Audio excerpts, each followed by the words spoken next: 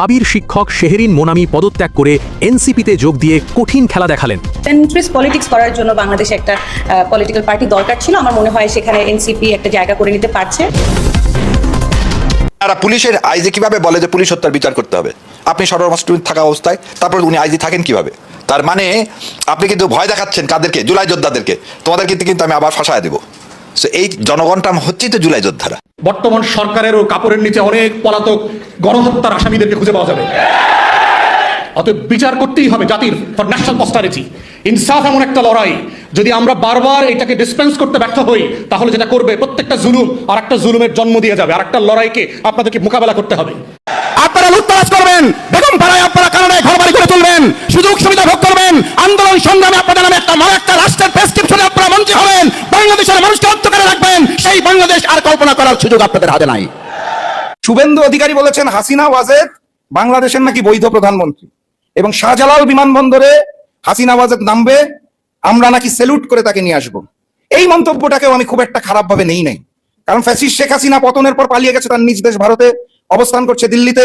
তার পরিবারের মানুষজন যদি তাকে বৈধ প্রধানমন্ত্রী মনে করতেই পারে, সেটা তাদের ব্যাপার। প্রিয় দর্শক, ব্রেকিং নিউজ এইমাত্র পাওয়া সংবাদে স্বাগত। দর্শক, সেই জুলাই আন্দোলনের দাবি শিক্ষিকা মোনামি ম্যাডামের পদত্যাগ আবারও আলোচনার কেন্দ্রবিন্দুতে পরিণত হলো। নেট দুনিয়ায় তোলপাড়, সত্যি কি মোনামি ম্যাডাম এনসিপিতে যোগদান করেছে না অন্য কোনো পরিকল্পনা, তা জানার জন্য চ্যানেলটা সাবস্ক্রাইব করে সঙ্গে থাকুন। দর্শক, এদিকে জামাত ইসলামী তীব্রভাবে গর্জে উঠল। দর্শক, সংবাদের থাম্বনেল ও শিরোনাম দেখে বুঝতে পারছেন আজকের সংবাদটা কতটা গুরুত্বপূর্ণ হতে চলেছে, তাই স্কিপ না করে সম্পূর্ণ ভিডিও দেখতে থাকুন। প্রিয় দর্শক, সংবাদের বাকি অংশ দেখতে আমরা সরাসরি চলে যাব স্ক্রিনের পর্দায়।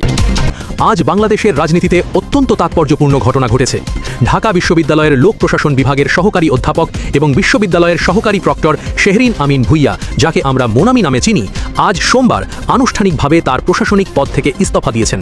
আর এই পদত্যাগের সাথে সাথে সামাজিক যোগাযোগ মাধ্যমে একটি ভিডিও ঘুরে বেড়াচ্ছে, যেখানে শেহরিন মোনামি নিজে বলছেন সেন্ট্রিস্ট পলিটিক্স করার জন্য বাংলাদেশে একটা রাজনৈতিক দল দরকার ছিল, আর আমার মনে হয় এনসিপি সেখানে একটা জায়গা করে নিতে পারছে। এই একটা বাক্য, কিন্তু এই বাক্যের ভেতরে লুকিয়ে আছে অনেক বড় একটা ইঙ্গিত। একজন সক্রিয় শিক্ষক ও বিশ্ববিদ্যালয় প্রশাসনের সদস্য হঠাৎ পদত্যাগ করলেন এবং একই সময় বলছেন এনসিপি তার পছন্দের রাজনৈতিক মঞ্চ। এই দুটো ঘটনা কি আলাদা, নাকি একটার সাথে অন্যটার গভীর সংযোগ আছে?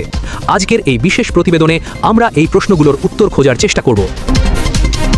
এখন প্রশ্ন হলো, কেন পদত্যাগ করলেন শেহরিন মোনামি? কেউ কেউ বলছেন ডক্টর সাইফুদ্দিন আহমেদ আগেই পদত্যাগ করেছেন, তাই তিনিও ছেড়ে দিয়েছেন। কিন্তু এই ব্যাখ্যা কি যথেষ্ট? শুধু বসের চলে যাওয়ার কারণে একজন মানুষ পদত্যাগ করেন না, যদি না তার নিজের ভেতরেও সেই সিদ্ধান্ত নেওয়ার মতো কোনো কারণ থাকে। মোনামি গত কয়েক মাসে অনেক প্রতিকূলতার মুখোমুখি হয়েছেন। 2025 সালের নভেম্বর মাসে তার ব্যক্তিগত ছবি বিকৃত করে সোশ্যাল মিডিয়ায় ছড়িয়ে দেওয়া হয়। তার বিরুদ্ধে অশ্লীল মন্তব্য করা হয়। তিনি শাহবাগ থানায় সাইবার সুরক্ষা আইনে মামলা করেছিলেন। 2026 সালের ফেব্রুয়ারিতে তাকে বিভিন্ন মোবাইল নম্বর থেকে হত্যার হুমকি দেওয়া হয়। একজন শিক্ষক, একজন নারী, যিনি শুধু তার বিশ্ববিদ্যালয়ের শিক্ষার্থীদের সুরক্ষা দিতে চেয়েছিলেন, তাকে এভাবে লাঞ্ছিত করা হয়েছিল। এই পরিস্থিতির মধ্যেও তিনি দায়িত্বে ছিলেন।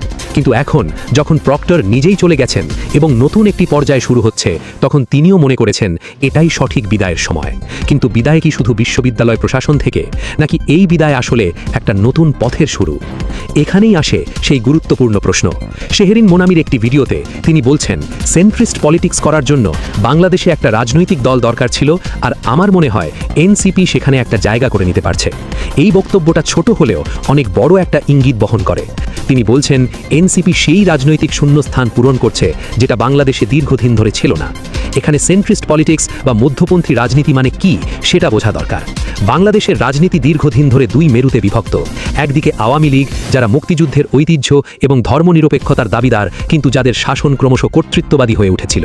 অন্যদিকে বিএনপি, যারা নিজেদের গণতন্ত্রের রক্ষক বলে দাবি করে, কিন্তু বারবার ধর্মীয় রাজনীতির সাথে আপোষ করেছে।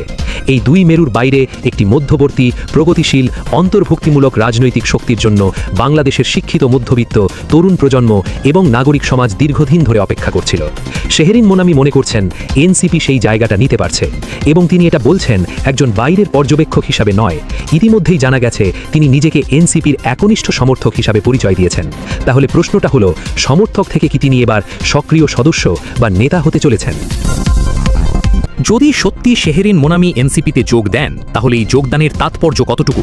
অনেকে হয়তো ভাবছেন একজন বিশ্ববিদ্যালয়ের শিক্ষকের এনসিপিতে যোগ দেওয়া খুব একটা বড় ঘটনা নয়, কিন্তু রাজনৈতিক প্রতীকের দিক থেকে এটা অত্যন্ত গুরুত্বপূর্ণ।